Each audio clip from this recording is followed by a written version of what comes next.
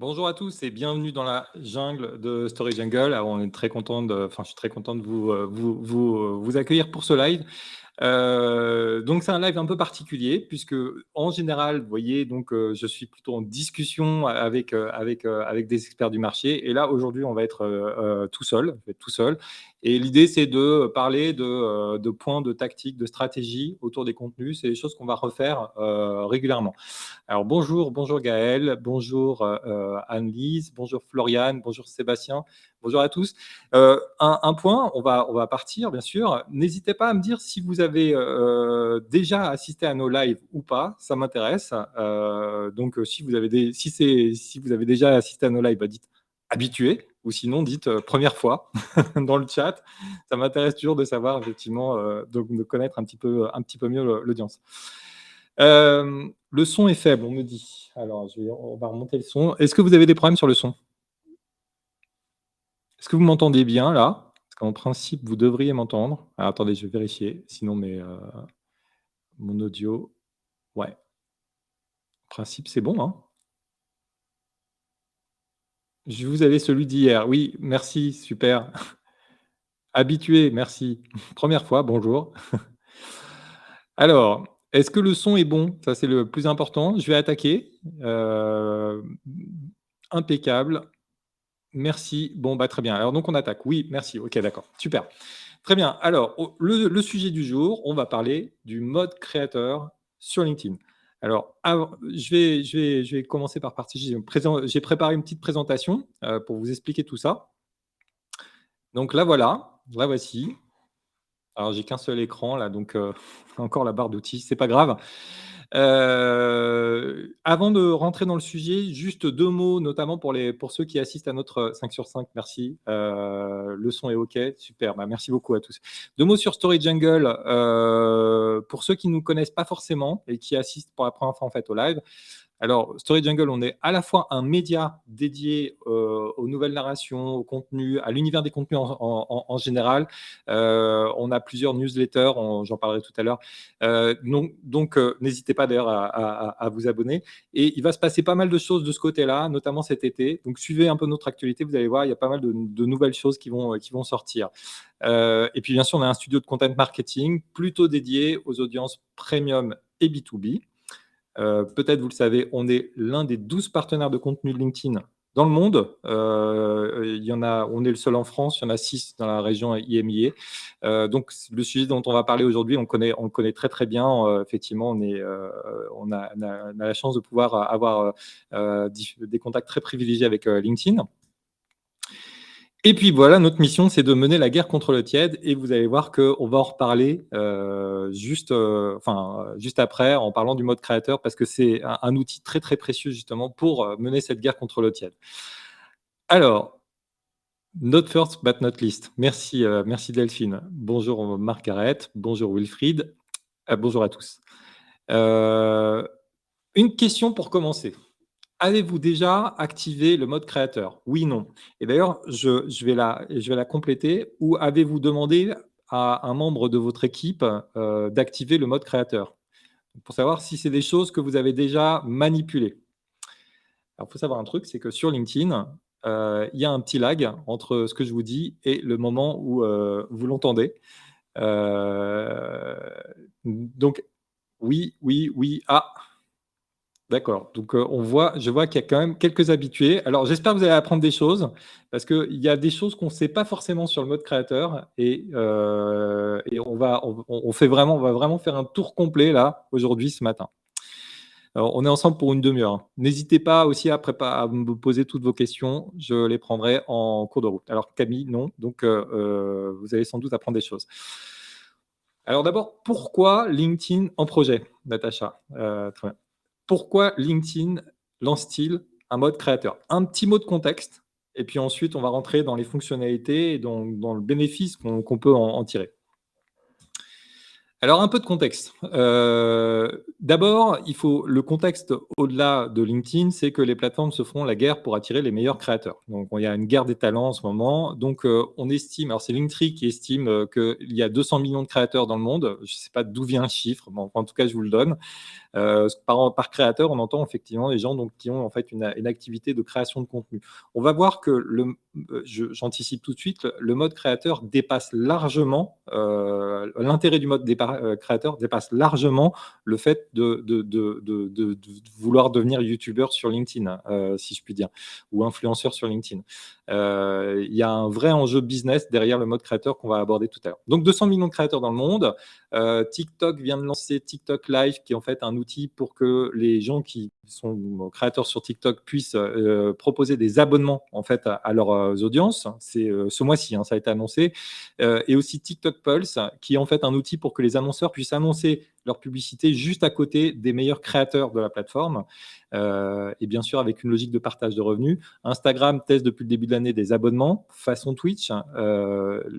Twitter vient d'annoncer le lancement de Twitter Create, qui est en fait un site qui donne tous les conseils aux créateurs sur Twitter, et puis ils viennent de revoir en fait leurs nouvelles offres de ce qu'on appelle les super follows, qui globalement en fait est un abonnement qui pour en fait rémunérer en fait les créateurs sur Twitter que vous aimez bien.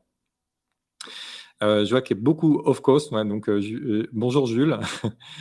Tu as ouvert ton mode créateur, c'est super.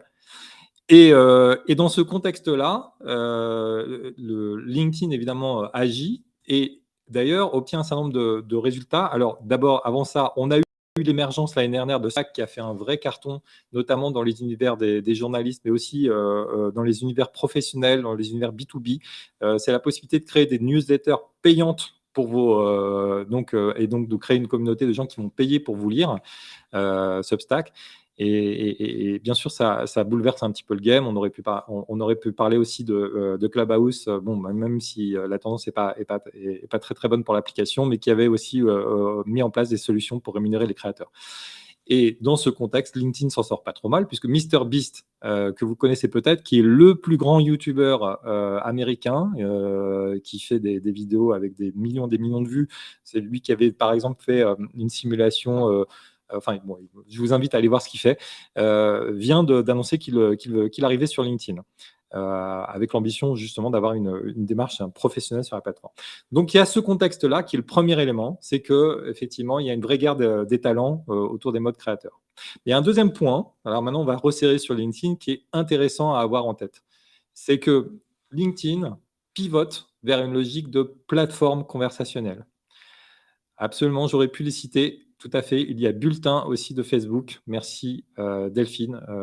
Tout à fait. Et puis il y en a beaucoup de choses. Nous, on suit ça hein, sur nos newsletters. On regarde ça de très près. Évidemment, YouTube n'est pas en reste. Allez, voilà, il se passe beaucoup de choses dans l'univers des créateurs. LinkedIn est en train de pivoter vers une approche de plateforme conversationnelle. Si on regarde les derniers lancements majeurs de fonctionnalités, vous avez différentes fonctionnalités. Ça va s'afficher, j'espère. Les newsletters, on va y revenir. Bien sûr, les lives, il y a maintenant 1 an et demi, les lives audio et puis d'autres fonctionnalités qui vont arriver, par exemple les lives vidéo qui sont en fait une forme de Clubhouse comme le live audio, sauf que quand vous êtes sur scène, la caméra est allumée, mais vous voyez aussi qui est dans l'audience et vous pouvez faire monter des gens depuis l'audience sur scène. Ça, c'est des choses dont on a parlé dans notre newsletter. Ça devrait arriver en fait cet été. Ils avaient annoncé le printemps, mais ils sont toujours en retard. Donc, ce qu'il faut comprendre, c'est que la tendance globale, c'est que LinkedIn est vraiment en train d'essayer de susciter la conversation sur sa plateforme. Et donc, pour susciter la conversation, LinkedIn essaye de faire la chasse effectivement aux créateurs qui vont donc pouvoir proposer des contenus très engageants sur LinkedIn. Alors, l'intérêt de séduire les créateurs, plus globalement, c'est donc ce que nous dit Business Insider, c'est en fait de susciter un flux de contenu passionnant, frais, nouveau et différent, tout en continuant de faire preuve de leadership intellectuel. Alors, j'anticipe sur un point qui est important, qu'on verra à la fin de cette discussion, c'est que globalement, si vous produisez des contenus corporate un peu lisses, ils vont avoir de plus en plus de mal à émerger dans l'univers LinkedIn parce qu'il y a une vraie volonté. Alors, ça prend du temps et ça va prendre beaucoup de temps sur LinkedIn, mais d'arriver à proposer des contenus attractifs, inspirants, comme on peut avoir sur d'autres plateformes, dans d'autres univers, si je puis dire. Voilà, donc ça c'est, je dirais, le contexte, sur LinkedIn. Heu, 5,5 millions. Alors je vous pose la question, est-ce que vous savez à quoi peut, ce que peut signifier ce chiffre? De quoi je parle quand je dis 5,5 millions? Est-ce que vous avez une idée? Alors toujours le lag. Heu, donc voilà, donc je meule un peu, en attendant que vous commenciez à entendre ma question. Donc avez-vous une idée de ce que c'est que ce 5,5 millions? Quelqu'un se lance-t-il? Ah, on sèche? Eh bien, ce 5,5 millions, c'est en fait le nombre de personnes dans le monde qui ont activé post par jour? Non, c'est le nombre de personnes qui ont activé, dans le monde le mode créateur. Alors c'est un chiffre qui a été publié en mars 2022, mais en fait qui fait référence à l'année 2021. Donc il y a déjà 5 millions de créateurs, dans le monde. Sur LinkedIn. C'est beaucoup et c'est pas beaucoup, hein, si on regarde bien ce chiffre. Ça veut dire qu'il y a de la place pour, c'est à l'échelle en fait internationale, c'est pas beaucoup, c'est pas immense. Donc ça veut dire qu'il y a le réflexe n'est pas encore installé. Donc la discussion qu'on a aujourd'hui, elle est intéressante parce que vous allez pouvoir peut-être anticiper, avoir un mouvement d'avance sur ce sujet. Alors, c'est bien, mais qu'est-ce que c'est que le mode créateur? Quels en sont les bénéfices? Non, ce ne sont pas les contributeurs actifs, merci, Delphine, mais donc les gens qui ont activé le mode créateur. Quels en sont les bénéfices? Alors, d'abord, le mode créateur. Ce qui est intéressant, c'est de voir comment LinkedIn le présente. Parce que déjà, ça nous donne des informations sur, à quel point justement ce mode créateur va être central, pour l'avenir de la plateforme. Le mode créateur est un paramètre de profil, bon, on va le voir, qui peut vous aider à développer votre portée et votre influence sur LinkedIn. Et ils vont plus loin. Vous pouvez activer le mode créateur pour accéder à des outils et des fonctionnalités supplémentaires, c'est ce qu'on va voir dans ce live bien sûr, qui vous aident à créer du contenu et à développer votre audience sur LinkedIn. Donc globalement, ce que vous dit LinkedIn, c'est que, il y a en fait, il travaille en fait à faire en sorte que les créateurs sur la plateforme aient une portée plus, supérieure, et accès à des outils de façon privilégiée, qui leur, donnent en fait, je dirais la possibilité d'aller chercher plus d'engagement sur la plateforme. Donc, dès lors qu'on souhaite avoir une audience sur LinkedIn, à quelque niveau que ce soit, c'est quand même très, très intéressant de considérer le mode créateur. Et si on ne le fait pas, on va être un petit peu handicapé. Mais on va regarder ça un peu dans le détail parce que c'est très concret. Alors justement, si on rentre dans le détail, la première chose, c'est que pour activer le mode créateur, vous devez vous rendre en fait sur votre profil et cliquer sur, sur votre profil, vous trouverez un espace ressources dans lequel vous pouvez aller activer ce mode, créateur. Ça, c'est, la façon de le faire. Quels étaient les bénéfices, je dirais, au lancement? Alors, il y a un premier sujet qui est que le bouton «Se connecter», que vous avez sur votre profil est remplacé par «Suivre». J'ai souvent eu des conversations avec différentes personnes qui me disaient: «Ouais, ça, c'est un problème parce que, on préfère étendre le réseau, et donc avoir des vraies connexions». Moi, je pense pas, pour différentes raisons. Une des raisons, c'est que les connexions sont limitées et donc ça vous donne la possibilité d'aller chercher les connexions qui vous intéressent. Par ailleurs, si quelqu'un vous suit, vous pouvez le suivre en retour et à ce moment-là, vous êtes connecté.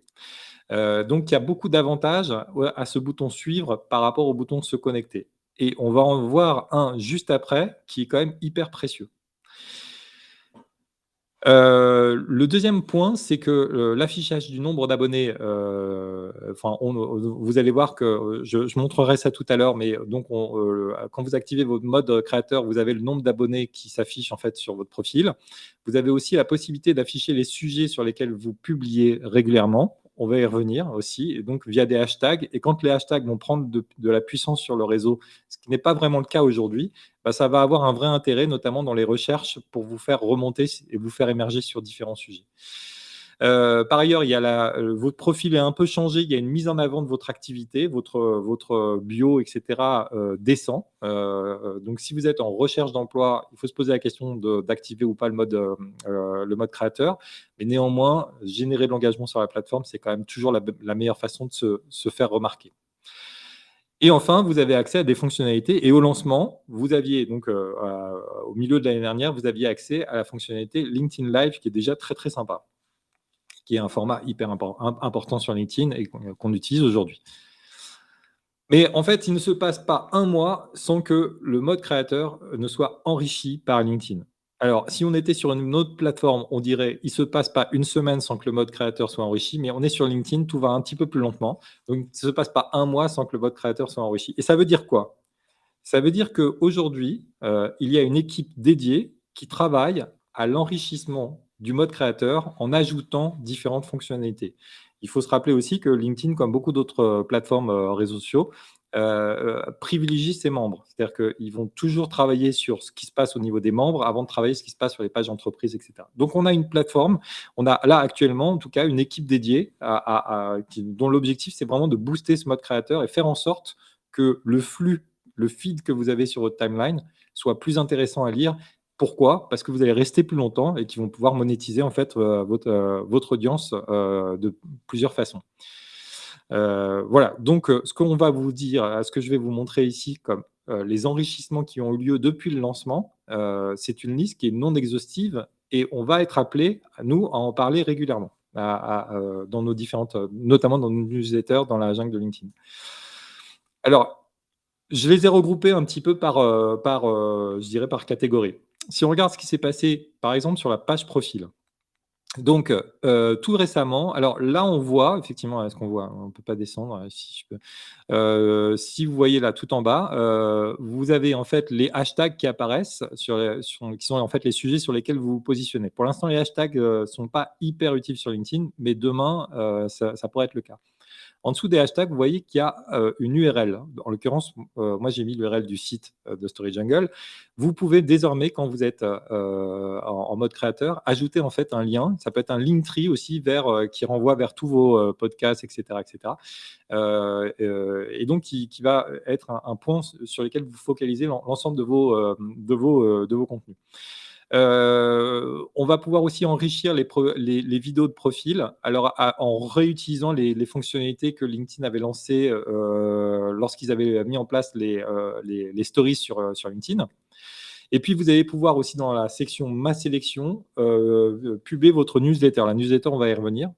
Enfin, le dernier point, qui me semble vraiment essentiel, vraiment intéressant à avoir à l'esprit, c'est que LinkedIn a lancé, c'est pas lié au mode créateur, LinkedIn a lancé la cloche que vous voyez sur la droite. Désolé, moi je ne peux pas descendre. Je peux descendre d'ailleurs. Mais... Hop, voilà, ici. Eh bien, cette cloche, ça permet aux gens qui le souhaitent de suivre l'ensemble de vos contenus. Donc, si vous voulez suivre, par exemple, je prends un exemple, si vous voulez suivre tous nos lives, tous mes lives, n'hésitez pas à cliquer sur la cloche sur mon profil, ça me fera plaisir. Je vois Mathilde, vous me posez la question comment faire. Est-ce que vous pouvez préciser la question parce que je ne suis pas sûr si vous pouvez compléter, je vous répondrai. Donc, cette cloche est très intéressante parce que ça veut dire que tous les contenus que vous avez publiés, les gens qui ont cliqué sur la cloche vont les voir. Alors qu'aujourd'hui, l'algorithme fait que quand vous publiez des contenus, ils vont être présentés à une petite partie en fait de votre audience. Et puis, s'il marche, il va être présenté à un peu plus de gens. Est-ce que c'est lié à LinkedIn Premium, la cloche? La réponse est non. Non, c'est lié en fait notamment, ça a été lancé sur tous les profils. Mais là où ça devient super intéressant avec le mode créateur, c'est que, rappelez-vous, je vous ai dit que quand on lançait le mode créateur, eh bien, vous avez en fait le bouton en fait se connecter devient suivre. Or, qu'est-ce qui se passe si vous cliquez sur suivre? Par exemple, si dans l'audience, il y a des gens qui ne me suivent pas encore, eh bien, si vous cliquez sur suivre, eh bien, vous allez avoir ça. Une pop-in qui s'affiche, ça c'est nouveau, ça vient d'arriver, il n'y a pas longtemps, et qui va vous suggérer, écoutez, si vous ne voulez pas rater les contenus de Gilles, et vous auriez raison de ne pas les rater, eh bien, vous pouvez activer la cloche et donc suivre l'ensemble des contenus que Gilles va publier par la suite. Et donc, par la force des choses, donc et vous n'avez pas ça quand vous n'êtes pas en mode créateur. Parce que quand vous n'êtes pas en mode créateur, vous cliquez sur se connecter et puis vous attendez que l'autre personne de l'autre côté accepte votre invitation. Mais vous êtes parti sur autre chose, il y a plus de pop-in. Alors que quand vous cliquez sur suivre, vous suivez automatiquement la personne et tout de suite vous avez cette cloche enfin cette pop-in qui s'affiche et qui vous propose d'activer les notifications pour les posts en l'occurrence de Gilles. Et donc, vous allez suivre tous les contenus que je vais publier par la suite. Donc, c'est quand même hyper puissant et j'anticipe sur la discussion qu'on va avoir juste après pour des logiques de mode ambassadeur ou de choses comme ça. Voilà. Donc ça, c'est un élément intéressant. Ce n'est pas le seul, vous allez voir, il y a des choses qui sont beaucoup plus intéressantes encore. Mais c'est hyper intéressant. L'autre point, c'est que vous avez désormais, quand vous activez le mode créateur, accès à des statistiques. Alors, je ne sais pas si vous allez bien les voir, mais on a accès en fait à des statistiques en fait, sur l'audience qui a engagé avec vous. Évidemment, vous n'avez pas les noms des gens. Mais vous avez l'intitulé de poste, l'entreprise, le secteur d'activité, les tailles d'entreprise. Il y a un certain nombre d'éléments comme ça que vous aviez. On les avait déjà sur les LinkedIn Live. Maintenant, c'est généralisé. On peut avoir cette information sur tous les posts qu'on réalise. Donc, si vous avez un post qui cartonne, vous allez pouvoir savoir auprès de qui il a cartonné. Donc ça, c'est vraiment réservé au mode créateur. Autre point, évidemment, un point absolument essentiel, la newsletter. Alors, la newsletter, pour nous, c'est un game changer. C'est quelque chose qui rebat les cartes. Globalement, notre vision. Alors, j'en profite pour vous poser tout de suite la question, comme ça on verra, j'essaierai de voir en temps réel. Est-ce que certains d'entre vous ont déjà lancé ou fait lancer auprès de gens dans votre société une newsletter sur une page membre? Donc, répondez-moi oui ou non sur la question. Parce que la newsletter, c'est vraiment un outil vraiment, vraiment essentiel. Ce qu'on pense, nous, c'est que suivre quelqu'un ou même se connecter à quelqu'un, je ne parle pas de suivre avec la cloche, suivre avec la cloche, c'est quand même assez puissant, mais se connecter avec quelqu'un ou le suivre simplement, c'est une interaction plutôt faible.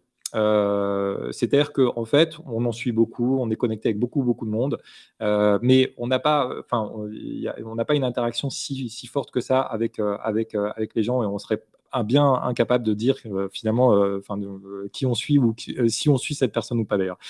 En revanche, l'abonnement à la newsletter, c'est hyper puissant parce que là, vous allez être notifié à chaque fois que la personne envoie une newsletter et vous allez la recevoir dans votre mail, dans votre mail personnel, parce qu'en général, on met son mail personnel dans la connexion sur LinkedIn.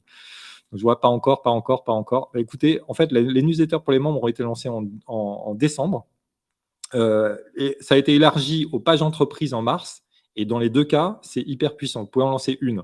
Et c'est vraiment, je pense, quelque chose qui est vraiment la pierre angulaire du following sur LinkedIn. C'est-à-dire que moi, j'entends maintenant des gens qui disent « Ah oui, je suis cette personne sur LinkedIn ». Et en fait, quand on dit ça, maintenant, on fait référence à « Ah oui, j'ai vu sa newsletter et je me suis abonné ». Ouais. Donc là, on a deux exemples. Un exemple de la newsletter, effectivement, de Story Jungle dans la jungle de LinkedIn qui est portée par la page, mais aussi un exemple de newsletter personnel. Donc, c'est le même principe. Donc, c'est hyper puissant et c'est exclusivement réservé aux gens qui ont activé le mode créateur. Oui, oui, alors je n'ai pas le prénom, je suis désolé, dans Restream, là, mais oui, la newsletter est aussi disponible pour les pages entreprises. Je continue. Donc ça, c'est un bénéfice récent et hyper puissant. En termes de connexion, alors attention parce que là aussi, c'est quelque chose d'hyper intéressant. On cherche tous à développer en fait notre réseau et notamment notre réseau de connexion. Un point qui est peu connu sur le mode créateur, peut-être que certains d'entre vous le savent déjà, mais désormais, et là, le texte que vous voyez, c'est un texte de LinkedIn, encore une fois. Lorsque quelqu'un vous envoie une demande de connexion, il vous suit automatiquement. C'est-à-dire, je demande à me connecter avec une personne, eh bien, automatiquement, je la suis. L'algorithme est conçu comme ça. Et même si vous refusez en fait l'invitation, la personne continuera à vous suivre. Pour ne plus vous suivre, il faut qu'il arrête de vous suivre manuellement, qu'il se désabonne en fait à vous manuellement. Ça veut dire que tous les gens qui vont vous envoyer des demandes d'invitation vont arriver dans dans vos followers et vous allez donc, faire grossir en fait votre base de followers et ça, c'est déjà en place, c'est réservé, au mode créateur. L'autre point, un autre bénéfice, très intéressant, sur le mode créateur, alors qui est plus vague pour l'instant, qui est tout récent. On en a parlé il y a pas longtemps dans la newsletter de Story Jungle dans la jungle de LinkedIn. LinkedIn a annoncé en fait un changement de son algorithme, c'était début mai, hein, début ou mi-mai. Donc, je cite encore LinkedIn, hein, il s'agit d'une manière de mettre en avant les experts et les créateurs qui peuvent avoir des conseils pertinents relatifs à votre évolution professionnelle. L'objectif est également de pousser les utilisateurs à cliquer sur le bouton suivre. Globalement, ce qu'ils nous disent, c'est que dans l'algorithme qui permet en fait de présenter ou non des contenus en fait à vos audiences, dans les moteurs de recherche notamment, les gens qui ont activé le mode créateur vont être poussés. Alors, on n'a pas encore le recul pour voir comment ils vont être poussés, si ça va être significatif ou pas. Mais sachez que donc il va y avoir effectivement, encore une fois, là, c'est vraiment la démonstration de ce qu'on disait tout à l'heure. LinkedIn est en train de travailler à proposer en fait un feed plus intéressant, que, celui que vous pouvez avoir aujourd'hui, et donc pour ça, souhaite s'appuyer sur les créateurs. Donc là, on touche directement à l'algorithme dans des proportions qu'on ne connaît pas encore, mais qu'on va découvrir prochainement. Alors, ce que nous dit LinkedIn, c'est que si les gens qui ont activé le mode créateur ont vu une augmentation de 50% de leur nombre de followers. Alors, soyons très très clairs, c'est dit comme ça, c'est faux. Ce qui est peut-être vrai, on le constate, alors on n'a pas encore le recul pour avoir les chiffres exacts, c'est que, vous avez une augmentation du nombre de followers que vous faites chaque semaine. C'est-à-dire si vous étiez sur un trend où vous aviez, allez, je ne sais pas, 10-15 personnes, qui s'abonnaient à vous, toutes les semaines, en activant le mode créateur et si vous continuez à créer des contenus, vous allez en voir, non pas 10 mais 15 ou non pas 15 mais, une vingtaine. Donc, globalement, on augmente en fait, enfin 22-23. On augmente effectivement de 50% l'accélération, si je puis dire. On accélère un petit peu dans la progression du nombre d'abonnés. Et puis, autre chiffre qu'on n'a pas encore, nous, complètement vérifié de notre côté, c'est une augmentation de près de 30%, hein, c'est le chiffre donné par LinkedIn, encore une fois, hein, de l'engagement sur les contenus. Alors, c'est vrai qu'il y a un effet, 30%, ça paraît beaucoup, et c'est compliqué de mesurer parce qu'il y a une telle différence d'engagement d'un contenu à l'autre que c'est un peu compliqué de mesurer cette différence.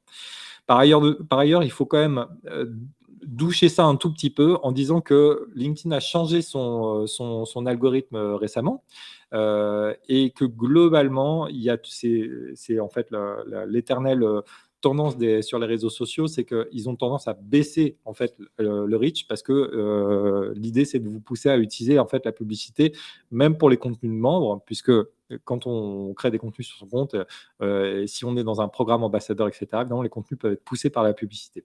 Donc, tout ça est quand même à relativiser. Sur l'augmentation du nombre de followers chaque semaine, ça c'est vrai. Sur l'augmentation de l'engagement, ça va être hyper dépendant en fait de votre activité et de comment vous avez réussi à percer sur la plateforme LinkedIn. Ah, j'ai disparu. Alors, je ne sais pas si vous m'entendez encore, dites-le moi, parce que là, j'ai disparu visiblement. Je ne sais pas pourquoi. C'est pas grave. Ah, c'est les aléas du direct.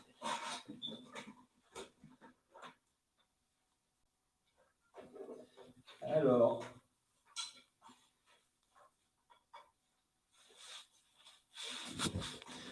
on va réapparaître, hein. L'important, pas disparaître trop longtemps. Hop, voilà. On t'attend. Merci beaucoup. En fait, je pense que j'ai pas changé la batterie de mon appareil photo. C'est ballot. Voilà, alors vidéo, on va se mettre ailleurs, on va se mettre ah, ça devrait marcher pourtant. Bon, Bah, c'est pas grave, je suis pas sûr que vous allez pouvoir me voir, mais c'est pas grave, je vais continuer. Ou alors sinon attendez, si, si, ne vous inquiétez pas, j'arrive tout de suite.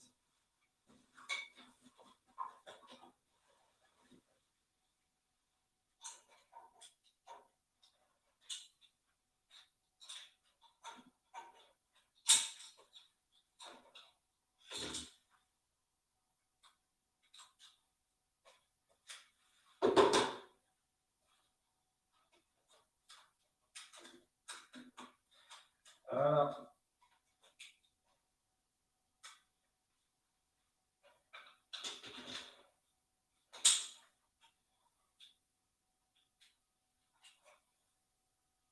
et voilà.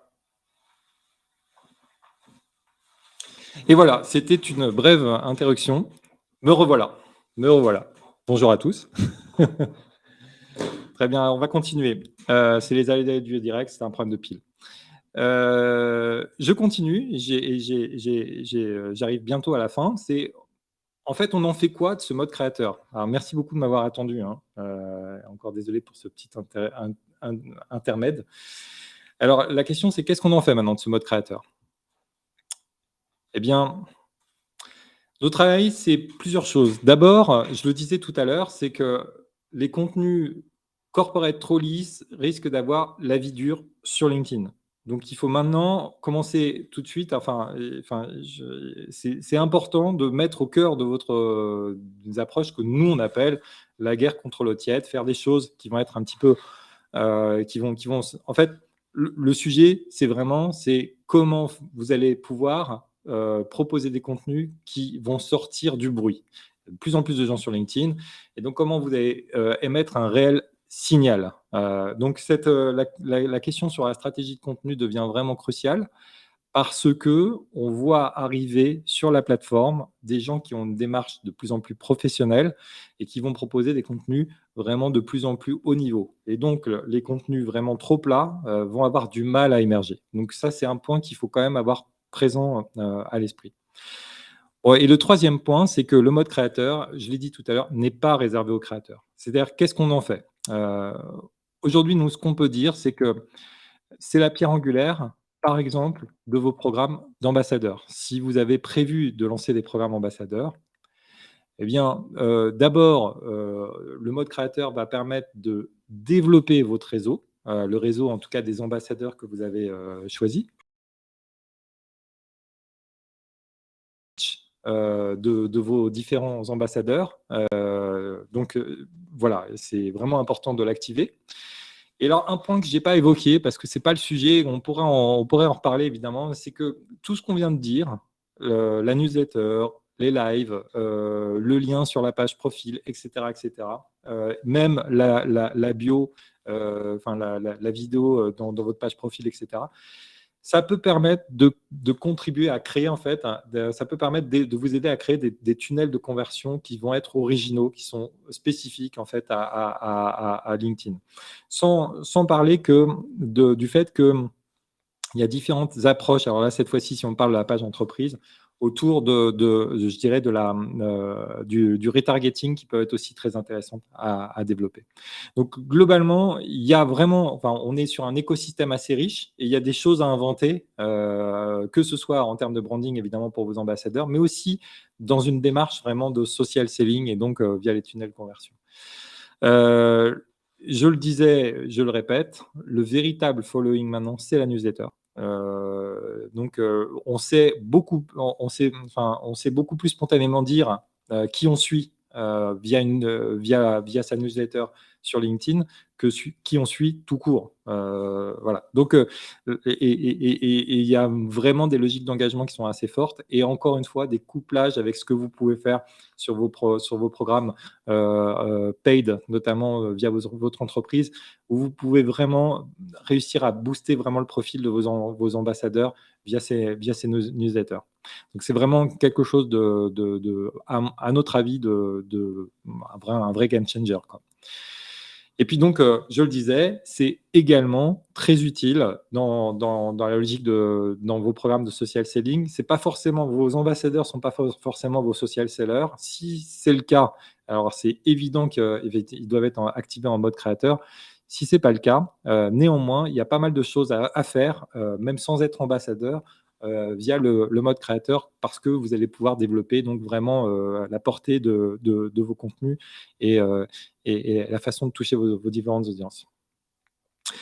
Alors, voilà ce que je voulais vous dire. Désolé pour le petit problème technique, je suis vraiment confus. Je vous propose de prendre en fait l'ensemble de vos questions, de discuter ensemble si vous le souhaitez.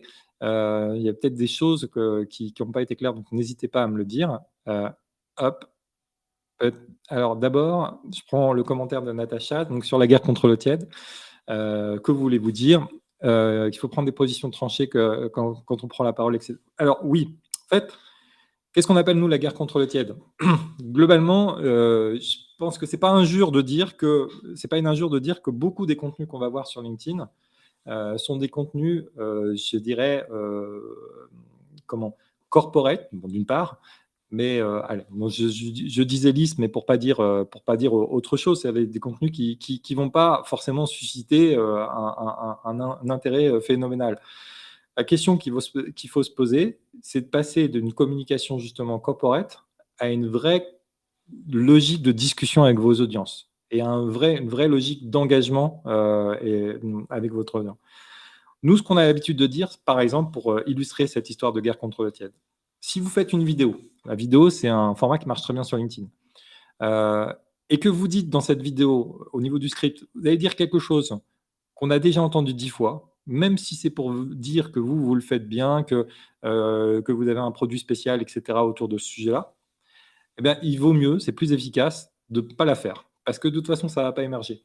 La question, c'est de savoir qu'est-ce que vous pouvez dire que votre marché n'a pas encore entendu. Comment vous pouvez un petit peu renverser la table, dire des choses qui sont originales et nouvelles, parce que c'est ça qui vont susciter l'engagement. Alors après, les créateurs de contenu qui sont spécialisés, qui font par exemple on faisait un live sur le ghostwriting, par exemple. Voilà, eux ont tendance à publier des contenus très clivants parce que ça marche très bien. Nous, on ne vous dira pas d'aller aussi loin, mais il faut penser à proposer quelque chose qui soit original et qu'on n'ait pas entendu ailleurs. Et ça nous semble vraiment fondamental. Pareil sur le format. La guerre contre le tiède, c'est ce qu'on dit et comment on le dit. Donc sur le format aussi, c'est pareil. Et il faut proposer des formats originaux qu'on n'a pas l'habitude de voir et qui vont donc émerger de la timeline. Donc on a Sébastien qui nous dit, voilà, je pense qu'il faut aller chercher la créativité et l'inventivité. Effectivement, bah voilà, c'est ça. En fait, on en revient toujours à la même chose. En fait, c'est comme ça que réfléchissent les médias. Nous, on vient en fait, on vient des médias. La question, c'est comment on établit un angle, hein, comment on dit des choses d'une façon un petit peu différente de ce qu'on a pu lire ailleurs. C'est ça, en fait, cette guerre contre le tiède, c'est business as usual pour l'univers des médias. Et donc, il faut penser dans une logique d'entreprise média. Et moins dans une logique où on donne l'actualité sur ce qu'on fait, on donne son actualité, l'actualité de la société. Donc vraiment, on va avoir une approche plus créative et penser des nouvelles façons de dire son actualité, de dire ses produits et surtout de réfléchir sur ce qui se passe sur le marché. C'est ça qui intéresse les gens. Alors, Florian nous demande, ça va devenir un vrai métier de publier sur LinkedIn? Alors, non. C'est une vraie question, Florian. Donc, merci de souligner ce point-là parce que je pense que c'est important d'y passer 2 secondes. En fait, non. Ce qui se passe, c'est que ce qui est important, si vous voulez émerger sur LinkedIn, et LinkedIn est en train de devenir, on ne l'a pas dit, l'objectif de LinkedIn, c'est de devenir la première place de marché B2B dans le monde. Ce qu'elle est déjà sans doute. Mais globalement, on n'a pas parlé parce que ce n'est pas le sujet d'aujourd'hui. LinkedIn a lancé les pages produits, etc. C'est-à-dire que l'e-commerce B2B se fera aussi sur LinkedIn à terme. Alors à quel horizon, je ne sais pas. Mais ça va arriver. Donc, c'est la tendance déjà massive et majeure dans l'univers B2C sur les grandes plateformes B2C. Et donc, évidemment, l'idée, c'est de mettre ça en scène dans les plateformes B2B, notamment sur LinkedIn. Et donc la question, c'est de prendre une part de voix dans ce brouhaha justement et arriver à prendre une part de voix. Et ça, c'est vrai que ça demande 2 choses, de mettre en place une routine et ça demande une forme de constance, et de régularité. Et si on ne fait pas ça, on va avoir du mal à émerger. Maintenant de là à en faire un métier, non. Nous, notre recommandation effectivement, surtout si on parle, de programmes d'ambassadeurs et cetera ou de voilà, enfin, finalement qui pourra incarner, votre société, c'est plutôt d'y consacrer un temps, mais qui va être, limité et surtout le plus efficace possible. Donc il y a des façons de le faire pour que ce soit, plus rapide. Voilà. Donc c'est un vrai sujet. Le temps est un vrai sujet. Alors je vais aller plus vite parce que là je oui, engager le dialogue, c'est pas toujours facile, absolument, mais il faut le faire. C'est ce qu'on essaie de faire. Le format live est un très bon format pour engager le dialogue. Heu, ah, alors pas le prénom s'affiche pas, mais très intéressant d'ailleurs le live sur le ghostwriting. Absolument, tout à fait, c'est très intéressant. Je vous invite à le revoir et d'ailleurs on avait parlé de ghostwriting, mais pas uniquement. On avait parlé aussi de copywriting, et pas tout à fait la même chose et donc je vous invite à aller le regarder. C'était sur mon profil, tiens. Alors, désolé, j'ai pas le prénom qui s'affiche, dans Restream. Avez-vous quelques références de newsletters particulièrement réussies, percutantes à suggérer? La nôtre? Dans la jungle de LinkedIn. Je plaisante, mais pas tout à fait. C'est-à-dire que globalement, nous, on a, pour établir notre newsletter sur LinkedIn, on a été voir effectivement, plein de newsletters et on a effectivement, essayé de concevoir quelque chose qui nous semble, efficace et on voit que c'est relativement efficace. Alors après, l'efficacité, doit être discutée en fonction des objectifs qu'on se donne. Maintenant, vous pouvez aller voir aussi celle des grands médias américains. Je sais que, on a Quart, qui a lancé une newsletter, par exemple. Je crois Axios aussi. C'est toujours intéressant de regarder ce qu'ils font. Mais ils sont un peu dans leur business as usual et ils sont moins impliqués sur LinkedIn. Donc, ne pas copier non plus, ce qu'ils font parce que voilà. Mais typiquement sur notre newsletter, vous verrez, par exemple, on a une approche servicielle, en bullet point, par exemple. Mais il y a un certain nombre de choses dont on pourra parler si vous le souhaitez. Et voilà. Et bien sûr, on pourra vous donner aussi des newsletters de membres qui sont très bien réussis. Jules, il y a souvent, une peur de prendre la parole dans les réseaux sociaux. La crainte du retour de bâton transforme souvent en une bonne idée, en eau tiède. Eh ben, c'est tout à fait exact et je sais, Jules, que tu connais bien le sujet. Et effectivement, on est dans la même, guerre, c'est vrai, c'est vrai. Pourquoi on appelle ça la guerre contre l'eau tiède? C'est parce qu'il faut lutter contre plein de, je dirais de réflexes qui fait qu'une bonne idée ou un bon format, en fait, se transforme progressivement en quelque chose de plat.